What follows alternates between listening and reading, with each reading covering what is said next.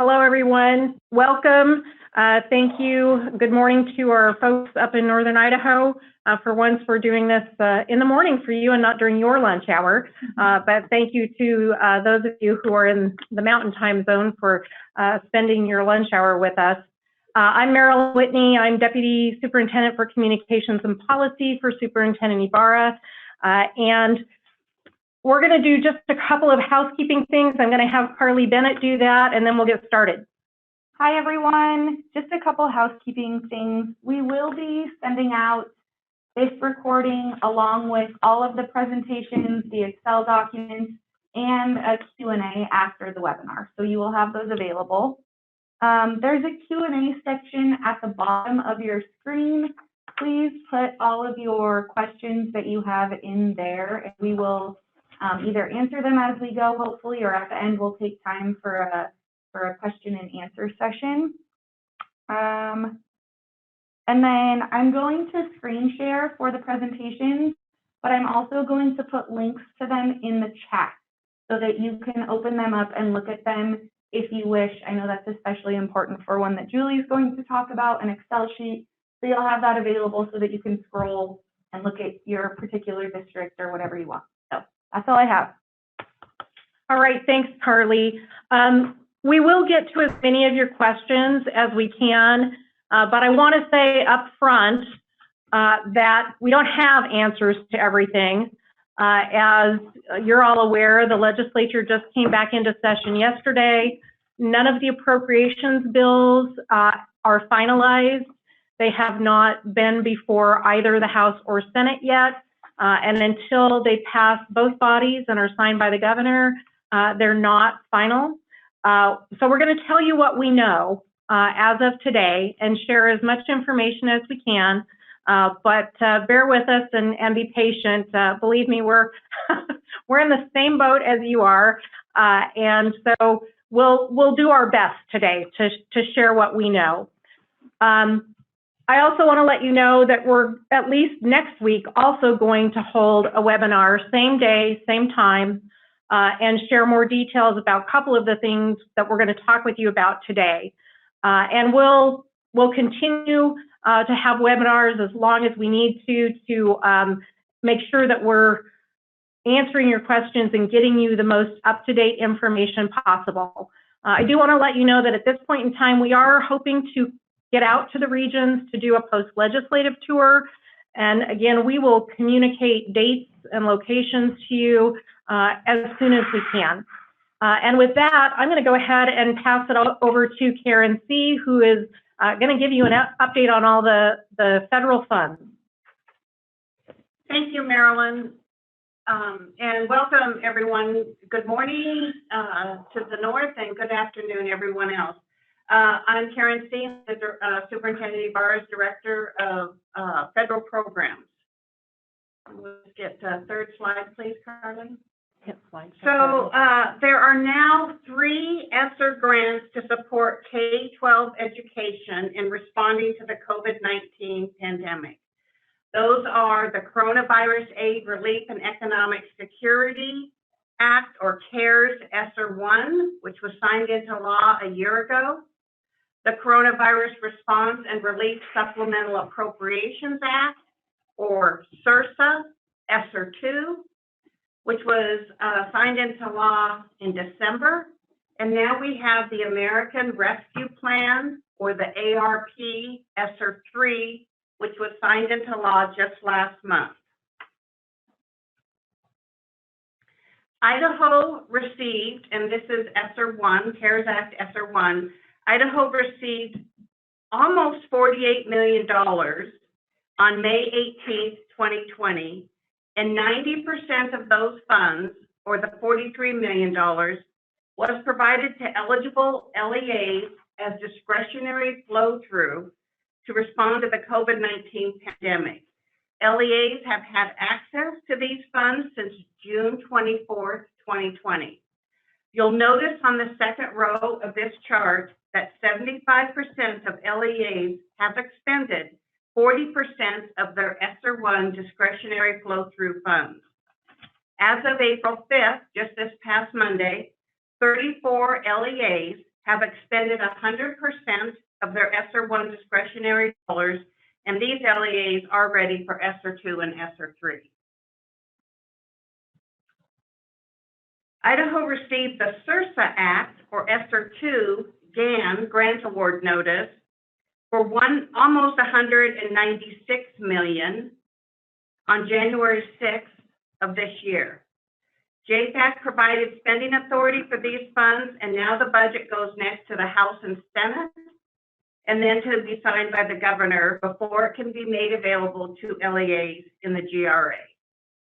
For this reason, ESSER 2 funds are not currently available to LEAs. There are 3 SRSA Act ESSER 2 highlights I would like to make. ESSER 2 funds will be made available to LEAs as each LEA expends its ESSER 1 discretionary flow-through funds. LEA uses of funds has been expanded under ESSER 2 to include addressing learning loss, school facility repairs, and improvements and upgrade projects to improve air quality. LEA and state reporting requirements are also expanded to include the specific use of funds and how the funds are being used to measure and address learning loss. Please keep this in mind as you are spending your funds. Have a tracking mechanism for how you are using these funds and how you are addressing learning loss through these funds. We'll talk more about the reporting requirements in a few minutes. Idaho's American Rescue Plan ESSER 3 appropriation is almost $440 million, and it is appropriated in 2 installments to the state from the U.S. Department of Ed. Idaho received the grant award notice for the first installment on March 24th, and we will receive the second installment after Idaho submits an application and plan for the funds. We are waiting for the U.S. Department of Ed to provide a template, which they say they'll do this month. I understand JFAC will be discussing ESSER 3 funds this Friday, April 9th. LEAs may begin using their ESSER 3 funds as soon as they are available in the GRA. According to the U.S. Department of Ed, ESSER 1 and ESSER 2 funds do not have to be expended prior to spending the ESSER 3 funds. The American Rescue Plan law requires that 90% of the allocation to LEAs be awarded in an expedited and timely manner, and to the extent practicable, not later than 60 days after the state received the funds, and Idaho received the first grant award notice May 24th. By federal law, LEA awards are divided into 80% discretionary flow-through and 20% to address learning loss through the implementation of evidence-based interventions. These interventions could include summer learning, summer enrichment programs, extended day, extended year, comprehensive after-school programs, advancement academies. The intervention should respond to students' academic, social, and emotional needs and address the disproportionate impact of COVID-19 on student subgroups. This is how the American Rescue Plan ESSER 3 allocations to districts are posted on the SDE website. According to the American Rescue Plan law, LEAs will receive their allocations in the GRA in 2 installments. The first installment will be made available in the GRA as soon as we receive spending authority. The second installment will be made available in the GRA as soon as Idaho submits its plan and application to the U.S. Department of Ed. The LEA allocation chart is available at the link on this slide. Under the American Rescue Plan ESSER 3, LEAs have a federal requirement to post your own plan for the safe return to in-person instruction on your website. As required by the ARP law, The plan must consider stakeholder and public comment in the development of the plan. The SDE is collaborating with the Comprehensive Center to support LEAs with a template and resources for writing this plan if interested. Stay tuned, please, for more information. The allowable uses of funds for the American Rescue Plan ESSER 3 are a little bit different than for ESSER 1 and ESSER 2. So, for instance, 20% of each LEA's ESSER 3 allocation must be used to address learning loss. For some reason, number 3 from the 15 allowable activities was removed. So providing principals and other school leaders with resources is not part of the ESSER 3 allowable activities. And another one was added, and that is to develop strategies and implement public health protocols with guidance from the CDC for reopening and operating school facilities. So we have one removed and a couple of added for ESSER 3. You can access an ESSER 3 use of funds document on the link on the slide. In ESEA federal programs, so I'm talking about Title I, Title II, Title III, and so forth, we aren't used to using funds for capital expenditures, but ESSER federal funds are different. Under ESSER, funds may be used for capital expenditures, which are defined as those with a useful life of more than 1 year and a per unit cost which equals or exceeds the lesser of the capitalization level established by the LEA for financial purposes, or $5,000. Examples of capital expenditures might be to repair and improve school facilities to support student health needs, conduct maintenance and upgrade projects to improve indoor air quality, including heating, ventilation, air conditioning systems, window and door repair and replacement, and etc. All capital expenditures must meet the necessary and reasonable requirements and are subject to inventory procedures. The important thing to remember with capital expenditures is they have to be pre-approved as required under the Uniform Grant Guidance. Use the link on the slide for access to the request form. Both the state and LEAs have a new requirement called Maintenance of Equity, and you may see this written as MO Equity. The state Maintenance of Equity is related to high poverty LEAs and high need LEAs. States are waiting for more information from the U.S. Department of Ed. LEAs will need to meet maintenance of equity requirements too, and as soon as we get more information, we will share that with you. States must meet their ESSER MOE requirements. LEAs do not have an ESSER MOE requirement. However, there is a little bit of a concern that LEAs may not meet their ESEA MOE, so Title I, Title II, Title III, so forth. With the reduction in state funding and exclusion of LEA's ESSER funds in that MOE calculation. The U.S. Department of Ed can waive MOE requirements, but so far we've heard nothing about a waiver. We'll keep you posted in that area.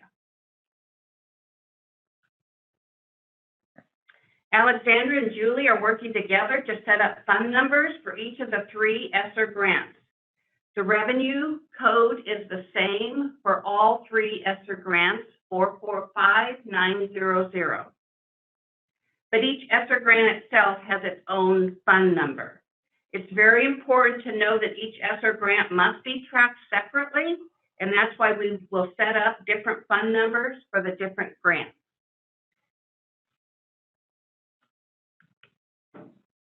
A condition of receiving ESSER grants is agreeing to comply with federal reporting requirements that include, in part, addressing learning loss, how the funds are used for each ESSER grant, how the funds are used related to meeting student social, emotional, and academic needs, how funds are used to implement evidence-based interventions, to access early childhood. And we will also look at disaggregated data by student subgroups. How COVID-19 pandemic has affected instruction and learning, and any other additional reporting requirements as necessary and required by the U.S. Department of Ed. And we don't always know those ahead of time. So we will communicate with you if there are other reporting requirements, and we will get more information in this area out to you. So equitable services are only required under ESSER 1. ESSER 2 and ESSER 3 include the EAMS program, which is the emergency assistance to non-public schools. And under federal law, the governor's office applies for these funds and the SEA administers the program. The SEA has delegated the administration of the ESSER 2 EAMS program to Superintendent Ibarra. Allocation charts and other important information is available on the SCE website under federal programs, and then you can access the American Rescue Plan, the CARES Act, and the SRSA Act. So I know this is a lot of information, and some of it can be rather complicated. Please know that we are here for you. We want to answer your questions. If you have any issues, we want a chance to address those issues, so please call us anytime. And that concludes my part of the presentation, and I want to turn it over to Julie Oberle, who is going to give you some excellent information on lots of stuff, but including ESSER 2. All right. Hello, everybody. My name is Julie Oberle, and I am going to talk to you for about 15 minutes today on the fiscal year 2021 recent updates to the appropriations, the setting of the fiscal year 2022 budget, and state board action at their meeting this past Monday.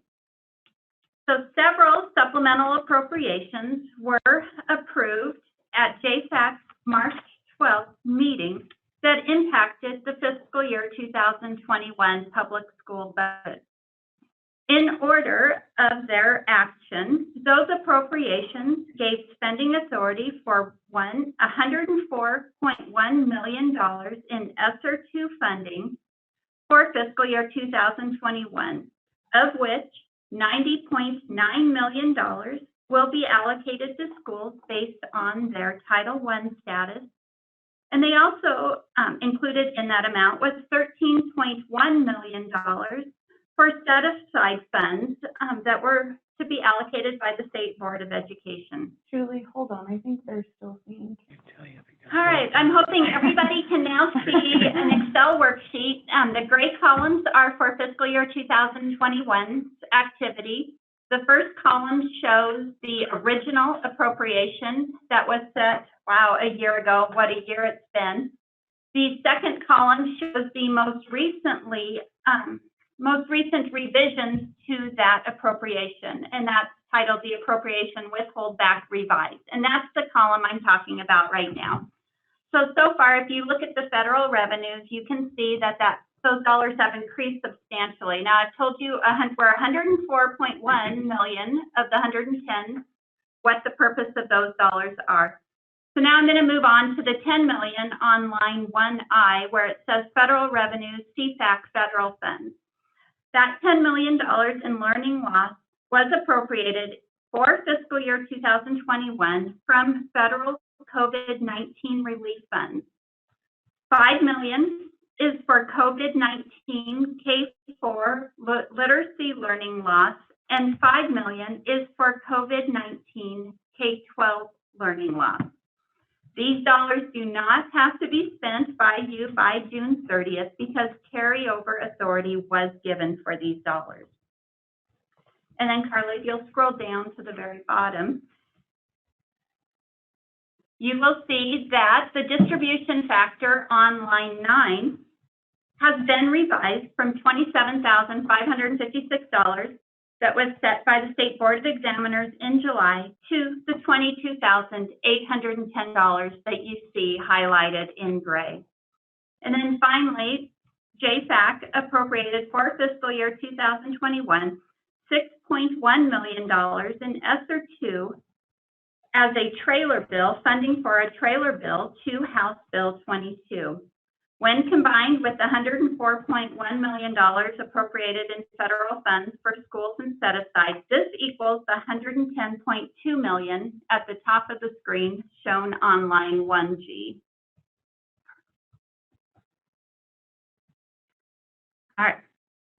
So please remember that while these fiscal year 2021 supplemental appropriations have been approved by JFAC, they must still pass both the House and Senate and be signed into law by the governor to be in effect. Could the legislature still make changes before that time? Absolutely. And any changes as they occur will be communicated to schools via the weekly newsletter sent out by the superintendent. So as a quick summary for fiscal year 2021, there have been several changes between when you set your budgets last spring and today. For funding purposes, movement on the career ladder was never frozen. Instructional and pupil service staff are being fully funded for fiscal year 2021. Base salaries for administrative and classified staff were increased 2%. And just like in prior years, leadership premiums will be distributed later this month or in early May. And then the fiscal year finally, and probably the biggest impact to your budget, okay, it is the biggest impact to your budget, is the fiscal year 2021 distribution factor is $22,810 per support unit. And that amount will be used for the May 15th and July 15th foundation payments, assuming these laws are signed by the governor prior to the preparation of those payments. So now we're going to move on to the yellow columns on the spreadsheet. These columns show the fiscal year 2022 activity. The public school appropriation was set by JFAC on Friday, March 12th. A summary of the fiscal year 2022 public schools appropriation was emailed to you, all school districts and charter schools, on Monday evening, March 15th. On March 16th, JFAC made changes to the wording for the public school budget, but those changes did not impact the numbers you received in that Monday email. For the record, that was not my cell phone. All right. So just like the fiscal year 2021 information I shared with you, please be aware that the information I'm sharing with you could later be modified by the legislature. Also, please note that all numbers I will be talking about today exclude appropriated dollars for the Idaho Educational Services for the Deaf and the Blind. Those dollars are simply passed through the department onto IESDB. So on the slide now, you can see a side-by-side comparison showing the original fiscal year 2021 public school appropriation, the revised fiscal year 2021 public school appropriation, the fiscal year 2022 public school appropriation set by JFAC on March 12th and 16th. And finally, in the last two columns, you can see the dollar change and percentage change for fiscal year 2022 when compared to the original fiscal year 2021 appropriation. So here are the highlights for fiscal year 2022. Career ladder movement is fully funded. A 2% CEC was appropriated for administrative and classified staff-based salaries.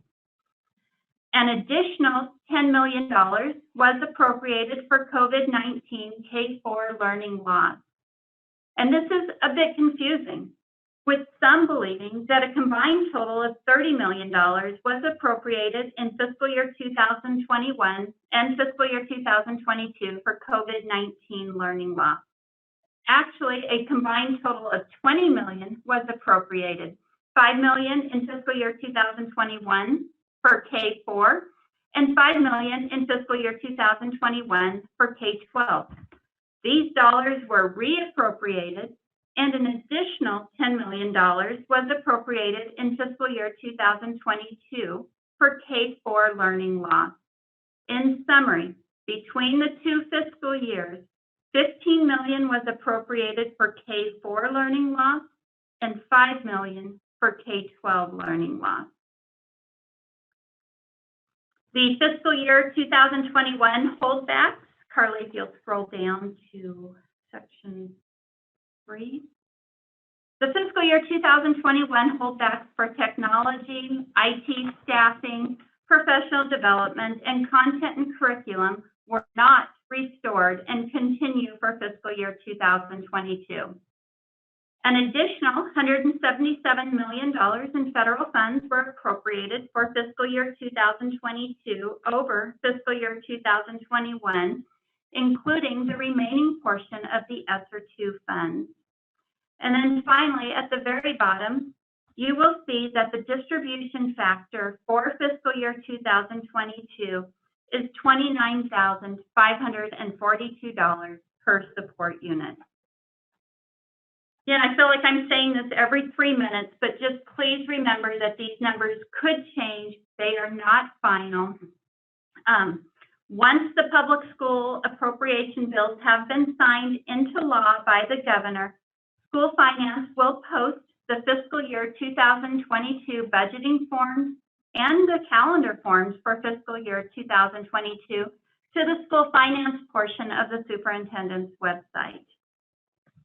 So now that we've covered what happened for fiscal year 2021 and fiscal year 2022 during the JPAC budget setting meeting, I'm going to cover some of what happened at Monday's State Board of Education meeting.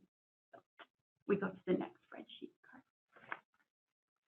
As we discussed earlier, the public school appropriation for fiscal year 2021 has been modified several times, and that was to capture the governor's 5% holdback totaling the $98.7 million.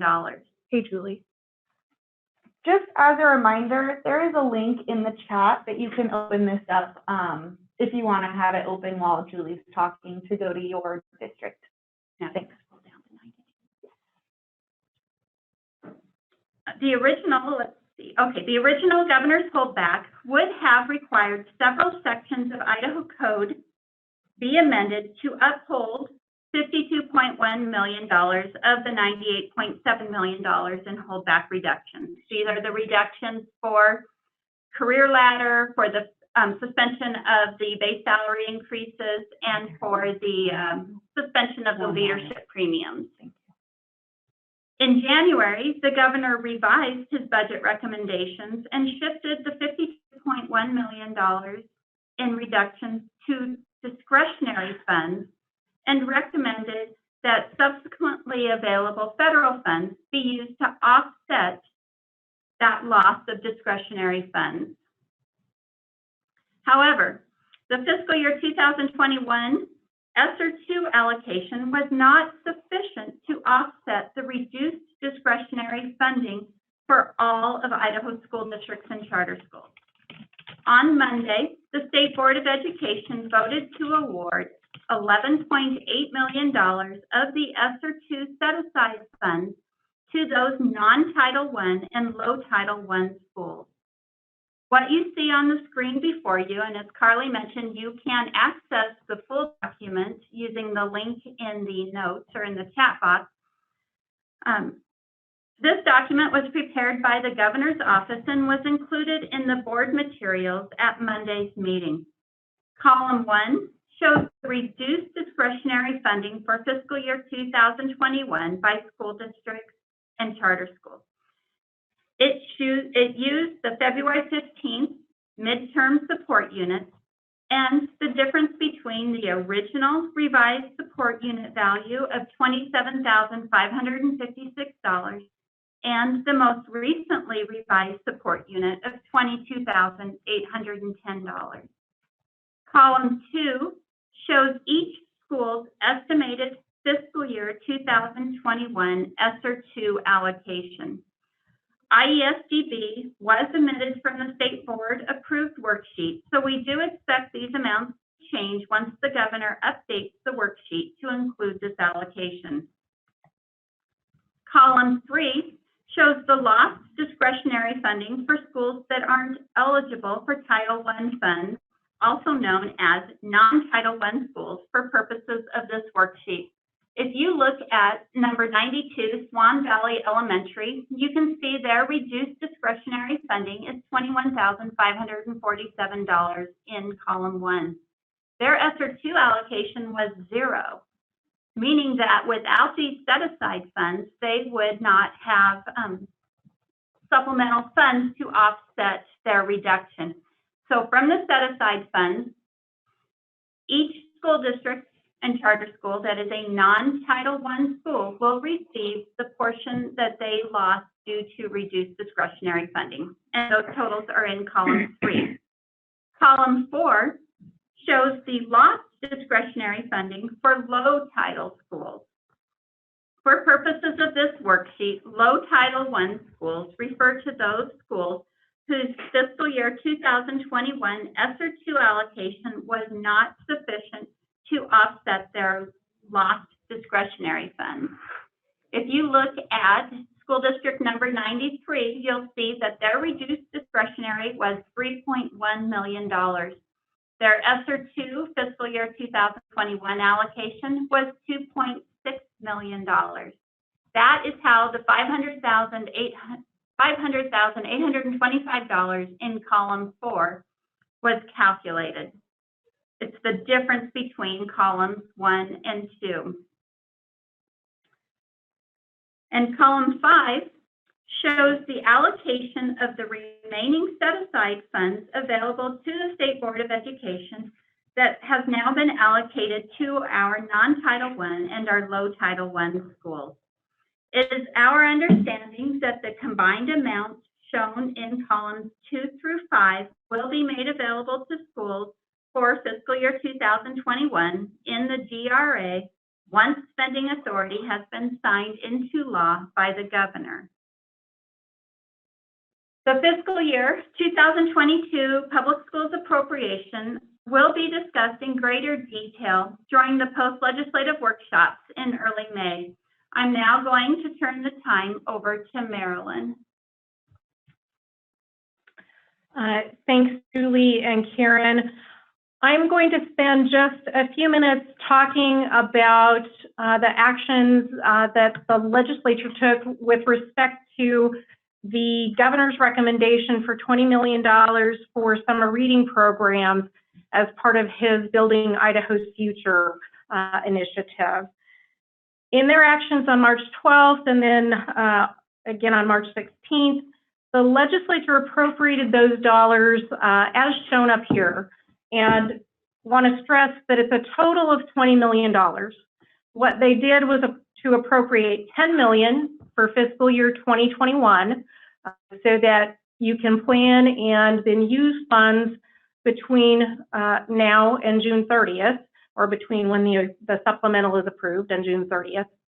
And that was split $5 million for K-4 learning loss and then $5 million for K-12 learning loss. And then they appropriated the full $20 million, so you can think of that as the additional $10 million, and then they reappropriated the original $10 million for fiscal year 2022. Split $15 million for K through 4 learning loss, $5 million for K through 12 learning loss. I think it's important to know that these are coronavirus relief funds that were allocated through the governor's Coronavirus Financial Advisory Committee, and they are subject to the U.S. Treasury Department guidance. And I have put a link up there to what we believe is the most recent guidance as of January 15th of this year. As Karen alluded to, the guidance has changed on all of these buckets of money over time. And again, we'll keep you updated and get the most recent information out to you as it becomes available. Important also to know that these expenses must be incurred by December 31st, 2021. So you have between now and then to spend these learning loss funds. I will note that the Treasury guidance does allow for an additional 90 days, which is sometimes called a liquidation period. The funds still have to be incurred by December 31st, but you can still draw down in a 90-day period beyond that date. So this is new information because we want to be able to get allocations of this funding out to you as quickly as possible. And so what we're asking is for the K through 12 learning loss funds, the intent language in the appropriations bill specifically says it will be based on students who score below basic on the most recent IRI. In order for you to get an allocation as quickly as we can get it to you in order to plan, we are asking that you administer an April IRI, and we know that the majority of districts, I think over 80% of you, are administering on a monthly basis. For those who are not, we would like you to administer by April 23rd so that we can make an allocation available to you in early May. If that is going to be a hardship or a problem, we want to hear from you and we want to work with you. But that will help us get this available to you as soon as possible. The K through 12 learning loss funds will be allocated based on fiscal year 2021 average daily attendance and then academic performance using the April IRI or the percentage of students at risk as reported in IC. The superintendent's staff spent quite a lot of time talking through how this could be done. And again, we're open to suggestions and we'll answer whatever questions we can, but we're trying to make sure we're as equitable as we can be and that we're really focused on the students who probably had the biggest learning loss during the COVID period. I also will right here say that we're going to cover this in a lot more detail on the webinar a week from today. We will have, we're hoping, more information on the supplemental appropriation, and that will be on its way to being final by then. And then we can go into more detail with you on specifics of how, especially the K through 12 portion, will be allocated, but wanted to at least give you a high-level look at this. Again, we want to make preliminary allocations available to you in early May so that you can be planning. I will note that there will be tracking of performance using specific metrics, and we'll cover those again in more detail next week.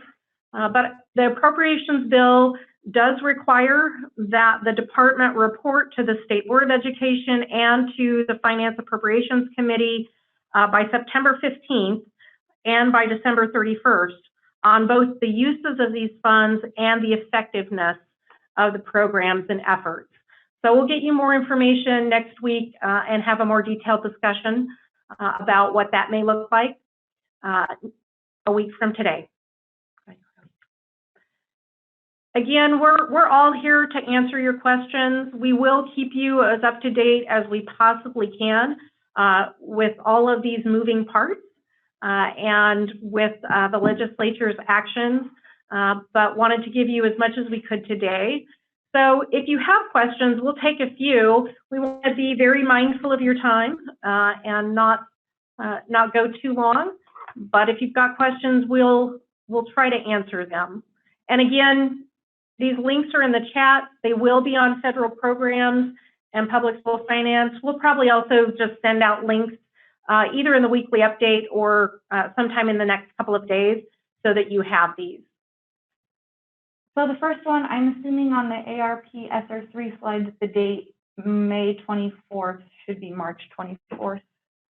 Oh, yes, you're right. The Idaho GAN was received March 24th. Yes. Thank you for that clarification. Okay, so this one is from Wade. With return to in-person plan, if we have already been open full-time, what is required?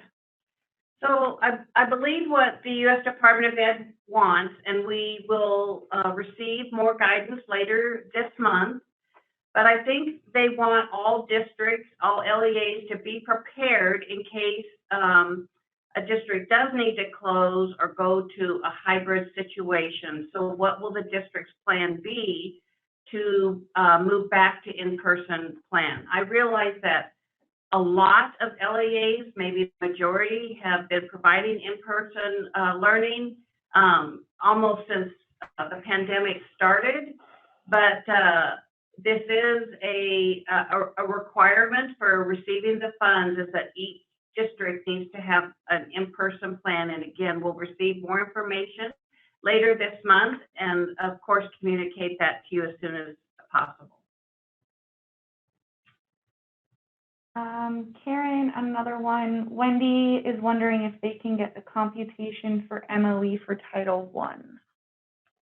Yes, Wendy Lee. Okay, I'll work with Alexandra to get you what you need. Shane Pratt, when are we required to spend down the ESSER II funds? There was a survey question that asked about spending by June 30th, 2021. ESSER II funds have a performance period that goes until September 30th, 2023. So I'm not sure where the June 30th, 2021 date originated. And I can clarify that. We were asking that question based on the end of fiscal year 21. So because JSAC was contemplating splitting the ESSER II spending authority into fiscal 21 and 22, we wanted to find out how many of you would spend it down by June 30, or if not completely, how much of it you would spend by June 30. So that's where that date and that question came from. Janet Williamson, is there any information regarding the AP round? Can we plan on that funding in May?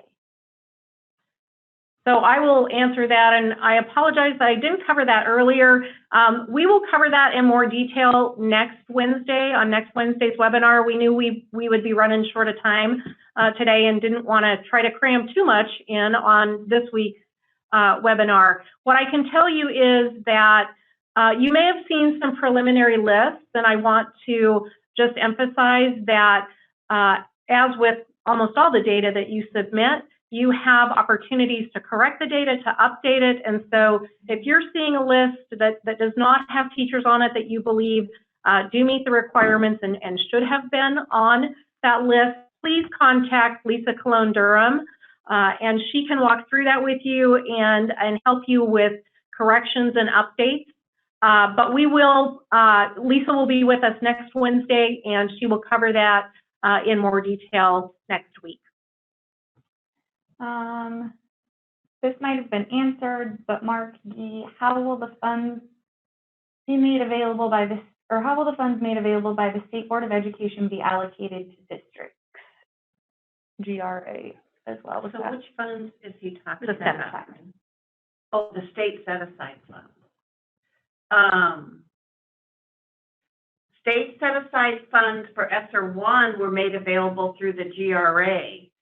So unless something is different or going to be different, I assume that that's how they will be made available for ESSER II also.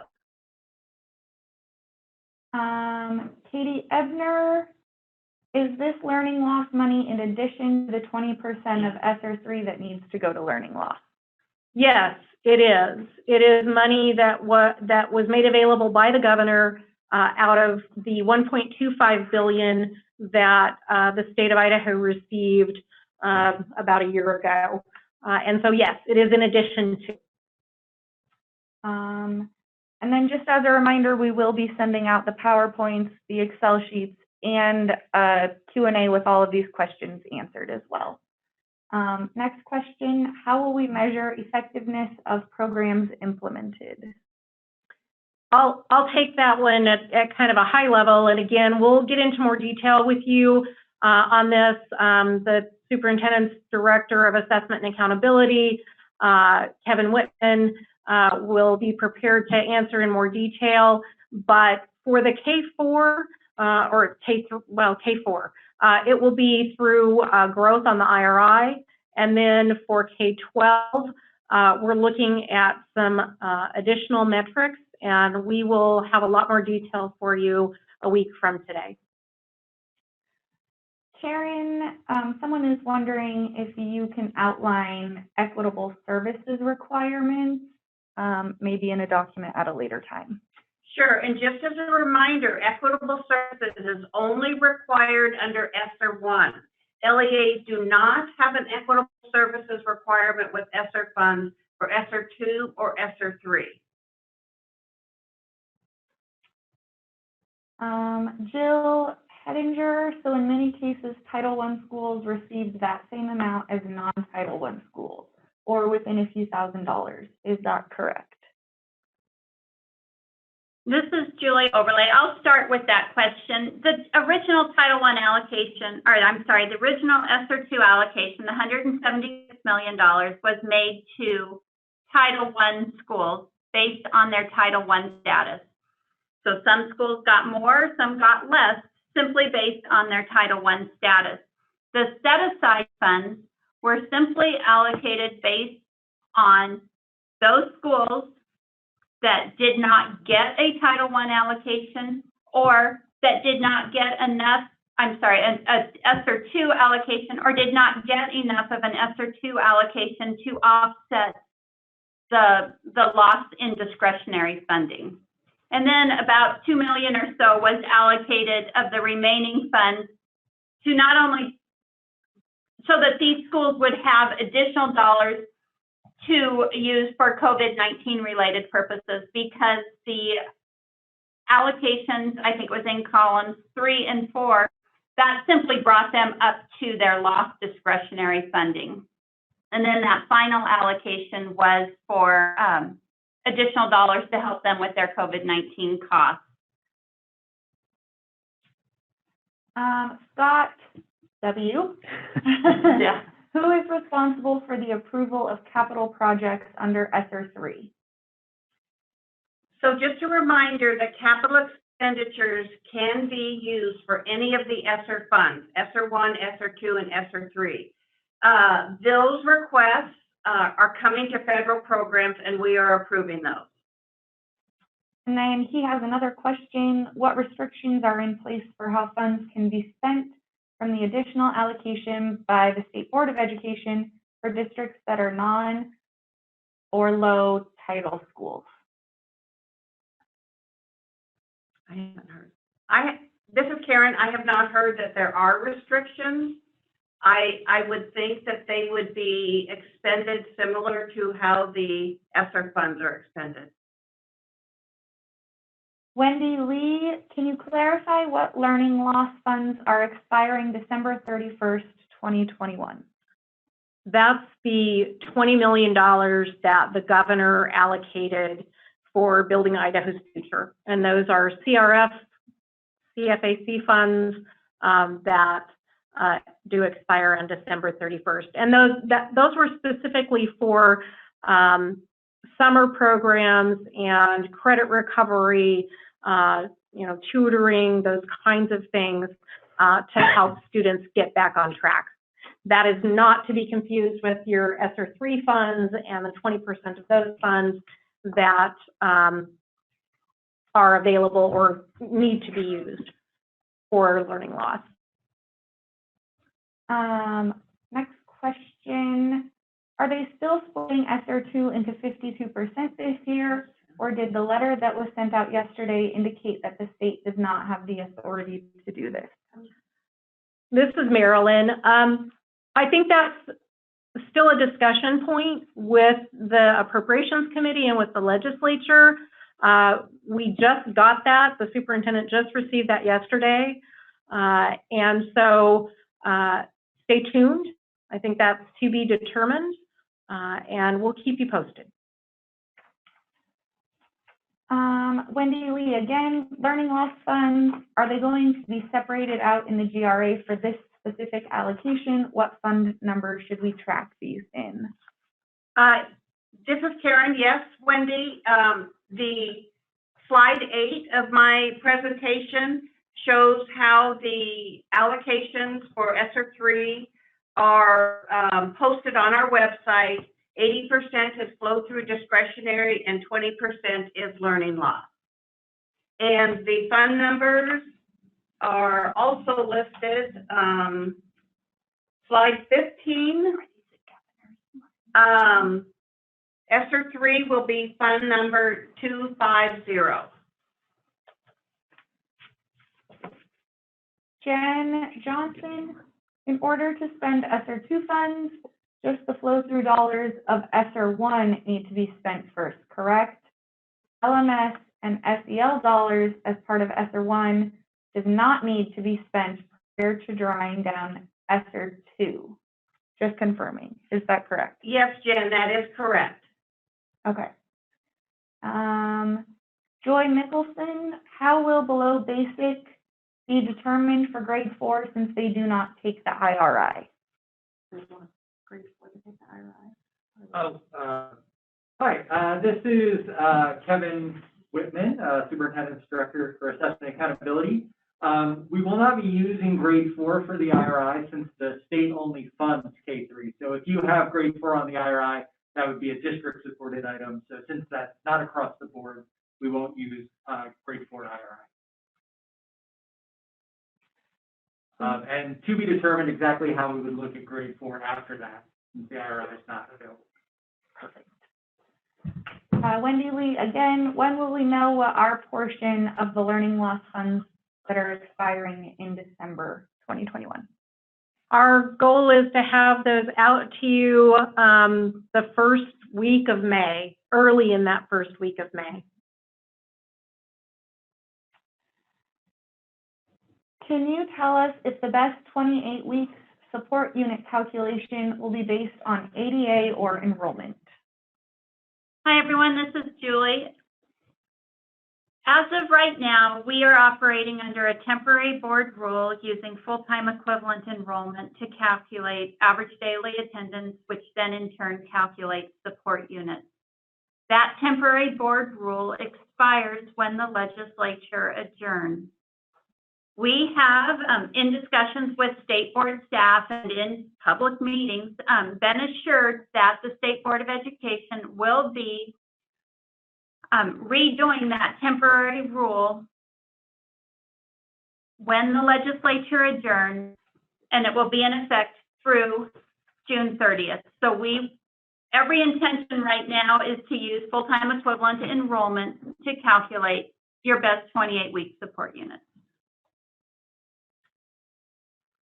Mark Gee, was there a formula used for determining the amounts from the State Board of Education for the additional set aside for non-Title I and low Title I schools? Hi, Mark. This is Julie. Yes, there was. Our understanding is it was just a weighted average. The remaining funds that were still available to the state board was then allocated using that weighted average to the non-Title I and low Title I schools based on the amounts in columns 3 and 4. Is the funding formula for ESSER 3 funds be the same Title I numbers as the ESSER 2 have been? This is Karen. Thank you for your question, Rich. For each ESSER fund, the calculation includes proportional share of the Title I funds for that LEA. For ESSER 1, it was based on 2019-2020 Title I allocations, and for ESSER 2 and ESSER 3, the ESSER funds were based on the proportional share of Title I funds for 2020-2021. Dale Lane, do capital projects fall under Davis-Bacon requirements? This is Karen. Yes, capital projects do fall under the Davis-Bacon requirement. This is not something that I'm used to working with in federal programs because, as you know, under ASEA, we cannot use federal funds for capital projects. So we are getting more information on that, and we will communicate that if you have any questions in that area. David from New Plymouth, will the K-4 learning loss funds replace the current literacy intervention funding next year? No, David, they will not. This is Marilyn. The $26 million in literacy intervention funding is in next year's budget. I'm going to just clarify again on the learning loss. There's two things going on here. There's the $20 million that the governor allocated for use between now and December 31st, really meant to focus on summer programs, and the legislature appropriated it slightly differently than what the governor recommended, but that allocation will expire December 30, not to be confused with your ESSER 3 20% allocation for learning loss. The question is, so we will not receive the full 20% of the ESSER 3 allocation as it's determined on testing, et cetera. It's from Dalen Allen. Yeah, the 20% ESSER 3 for learning loss is going to, it's posted on the website, and it will be distributed in the GRA in 2 installments. One based on the grant award notice that the state received in March, which represents 2/3 of the total $440 million. And then after the state submits an application and plan, then we will make available the other 1/3. And someone asked about, will the Treasury requirements apply to the $20 million for learning loss? Yes. And that is in the PowerPoint slide deck. And so please review those requirements because those funds will be subject to those Treasury Department guidelines. And somebody said this was really intense, and we knew it would be. So sorry. It is a lot of information. Again, we'll keep you updated with the latest. We'll give you an update next Wednesday. We will also have Lisa talk a little bit more about the advanced professional endorsement. We'll have Kevin Whitman talk more about how the $20 million for learning loss will be determined, allocated, and then performance metrics. We really appreciate your patience. I know it's been frustrating for everybody to have to wait, including us. And so I think things are probably going to move pretty fast from here on. And again, we'll get you the latest as soon as we have it. So thank you all for joining us. Thanks to all the superintendent staff. And please reach out to any of us with questions. We're happy to help you any way we can.